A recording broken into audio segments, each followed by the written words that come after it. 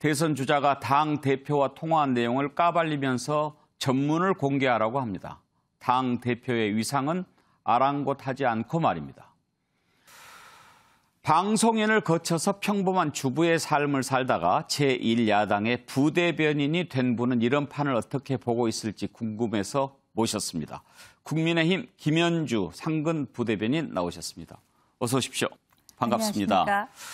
토론 배틀을 거쳐서 상근 부대변인 되셨죠? 네. 얼마나 되셨어요, 이제?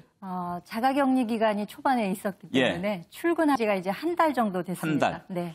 그러면 한 달 동안에 이렇게 성명, 논평 이런 거 발표도 하시고 그랬죠? 주 업무가 이제 논평 쓰는 게 이제 제일 비중이 크고요. 예. 네, 그건 자가격리 기간부터 시작해가지고 오늘까지 논평이 지금 31개를 썼습니다. 31개? 네. 가장 기억에 남는 게 있습니까? 모더나 백신 55세에서 59세 예. 그 사전 예약할 때 그 당시는 12시 자정부터 이제 그게 이제 처음으로 가장 많은 분들이 백신 예약을 예. 온라인으로 하는 거였는데 저도 이제 그 연령대에 해당이 돼가지고 자정에 이제 했었거든요. 그랬더니 이게 완전히 먹통이 되면서 새벽 5시까지 잠을 못 잤어요. 그래서 이게 너무나 피부에 와닿았기 때문에 과연 이렇게 해도 되는 것인가라는 것을 좀 강하게 비판을 했었죠. 그래요. 또 그렇게 직접 체험한 것을 논평하고 이러면 글도 더 잘 써지고 그렇죠? 네, 분노가 이제 그 글 속에 있으니까 예. 아무래도 더 사실감 있게 쓸 수 있었던 것 같습니다.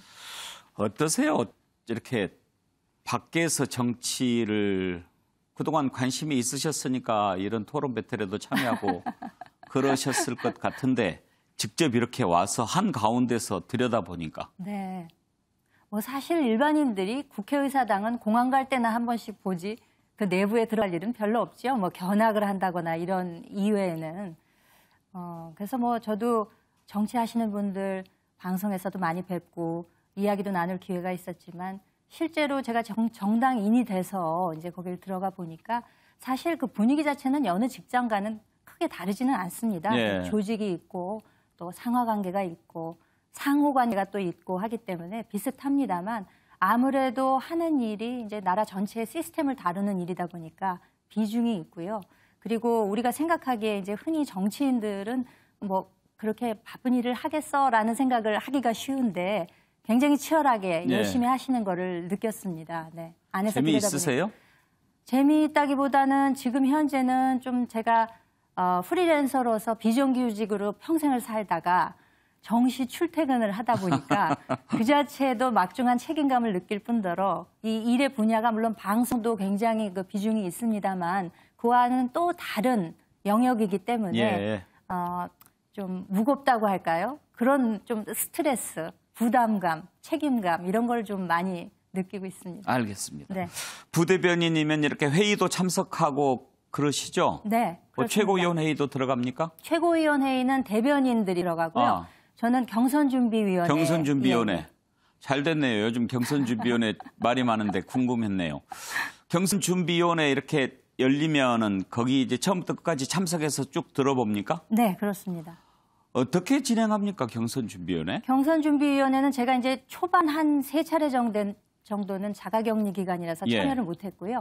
그 이후에는 이제 계속 상시 참여를 하고 있는데 일주일에 2번 정도 진행이 되고요. 한 번 시작이 되면 3-4시간 정도씩 쉬지 않고 회의를 하게 됩니다.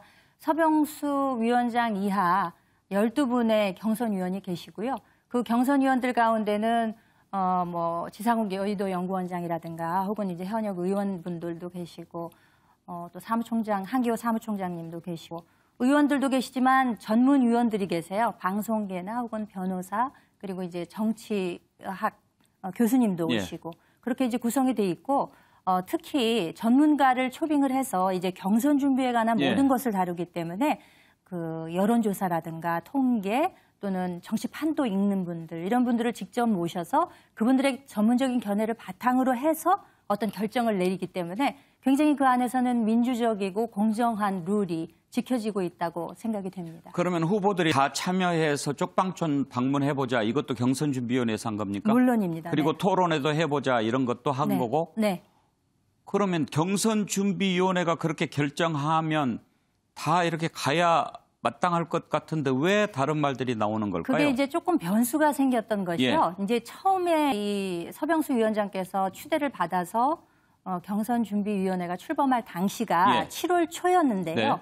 그 당시는 민주당이 이미 이제 경선 열차가 출발이 돼서 이제 후보 간 토론회하고 뭐 네거티브 공세한다 그래서 굉장히 그 언론의 노출 빈도가 높았습니다. 근데 저희 당은 아무래도 이제 그 일정이 한 달 정도 뒤처지다 보니까 당내에 좋은 후보군들이 계심에도 불구하고 이분들을 알릴 수 있는, 붐업할 수 있는 기회가 드물었어요.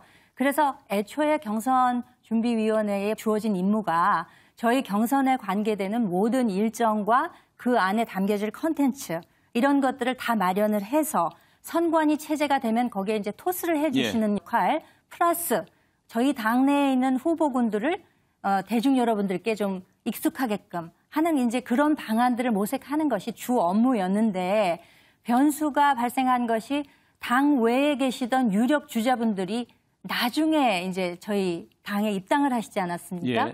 그러니까 이미 저희는 경선 준비를 착실히 다 진행을 하고 이런 일정에 이런 내용으로 하겠다 하는 것을 후보 여러분들과 상호 의사소통을 하면서 결정을 했는데 이후에 이제 그분들이 들어오시면 그분들은 아무래도 당에 처음 들어오셨기 때문에 본인들이 하고 싶은 어떤 일정도 따로 있으셨을 것이고 분명히 아직 익숙하지 못한 체제였기 때문에 근데 오니까 이제 자원봉사도 해야 되고 토론도 해야 된다라는 이야기를 들었을 때 조금 그 생경한 느낌을 받으실 수는 있죠. 하지만 이제 이것이 꼭 참석하셔야 된다라는 의무사항은 아니기 때문에 오실 수 있는 분들은 오시고 만약에 못 오셔가지고 불이익이 생긴다면 그분이 이제 스스로 이제 가져가시는 거기 때문에 저희는 이제 그렇게 생각을 했었거든요. 자, 알겠습니다. 네. 그러니까 지금 경선준비위원회가 다른 후보, 그러니까 뭐 지금 이제 윤석열, 최재형 후보 이런 분들 말씀하시는 것 같은데 네네. 그분들이 입당하기 전에 이미 출범을 했고 그렇죠. 그리고 이제 그분들이 들어와서는 조금 안 맞는 부분이 있어서 그런 것 같다 이렇게 네네. 보시는 건데 네. 괜히 안 들어오겠습니까? 뭔가 경선준비위원회가 우리한테 도움이 안 될 것 같다. 이거 뭔가 좀 공정하지 않은 것 같다. 이런 의구심이 있어서 그런 것 아니겠어요? 네, 불공정이라는 이야기가 이제 조금 그 언론 보도를 통해서도 경선준비위원회에 관해서 이제 보도가 되고 있는데 사실상 이제 그 이유를 제가 곰곰이 생각해 봤을 때는 보도상으로 볼 때도 그렇고 역선택 방지 조항이라는 게 있어요. 저희가 그 경선 룰에 있어서 여론조사를 하는 데 있어서 그것이 어떤 특정 후보들의 유불리를 가져올 것이다. 내지는 토론회가 어떤 특정 후보를 겨냥한 것이 돼서 이것의 결과가 특정 후보에게 불리할 것이다. 라는 선입견이 분명히 있으실 수 있는데 사실상 그것이 되지 않도록 하기 위해서 저희가 그 토론회 내부에 그 장치도 많이 마련하고 그리고 이제 초창기에 시행되는 토론회라고 하는 것은 어떤 정책적인 차원에서의 본인 소개 이런 정도로 이렇게 저희가 장치들을 다 마련을 했어요. 그런 염려를 기반으로 해서. 근데 채 그것을 뚜껑을 열거나 의사소통이 충분히 이루어지기 전에 이것은 무슨 특정 후보에게 불리함을 주는 것이 아닌가라는 선입견도 있었고 내지는 당 대표가 토론 배틀도 하시고 토론을 좋아하시니까 토론을 자꾸 넣어라 이렇게 한 것이 아니냐라는 그런 의구심을 가지신 것으로 생각이 되는데 전혀 당대표는 이 경선준비위원회에 관여를 하시지 않았습니다. 확실히 그렇습니까? 네네. 저희 안에서 이렇게 보시면 네네.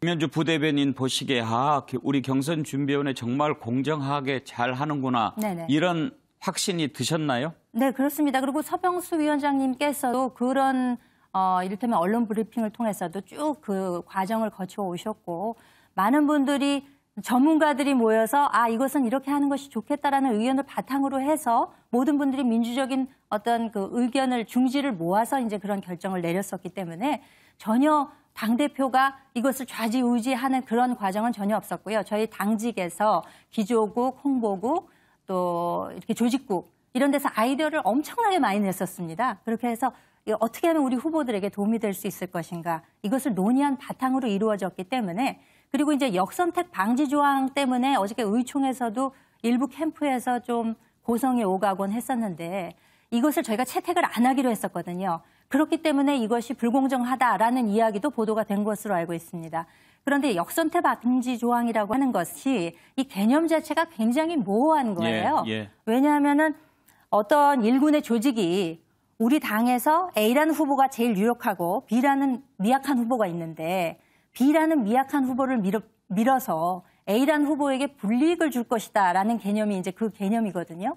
근데 사실 그렇게 할 수가 없는 것이 이것이 이제 랜덤으로 설사 그렇게 마음을 먹고 있는 의도적인 무리가 있다 한들 랜덤으로 여론조사 그 전화가 가기 때문에 그분이 그 전화를 받을 확률은 굉장히 적고요. 또 그분이 전략적으로 B에게 투표해야지라는 것을 결정적으로 우리가 판단할 수가 없습니다. 그렇게 해서 그런 어떤 통계적인 그리고 여론조사에 관여하시는 전문가분들이 이 역선택 방지 조항이라는 것은 미미하다라는 결론하에 그것을 저희가 배제를 알겠습니다. 시켰던 것이거든요.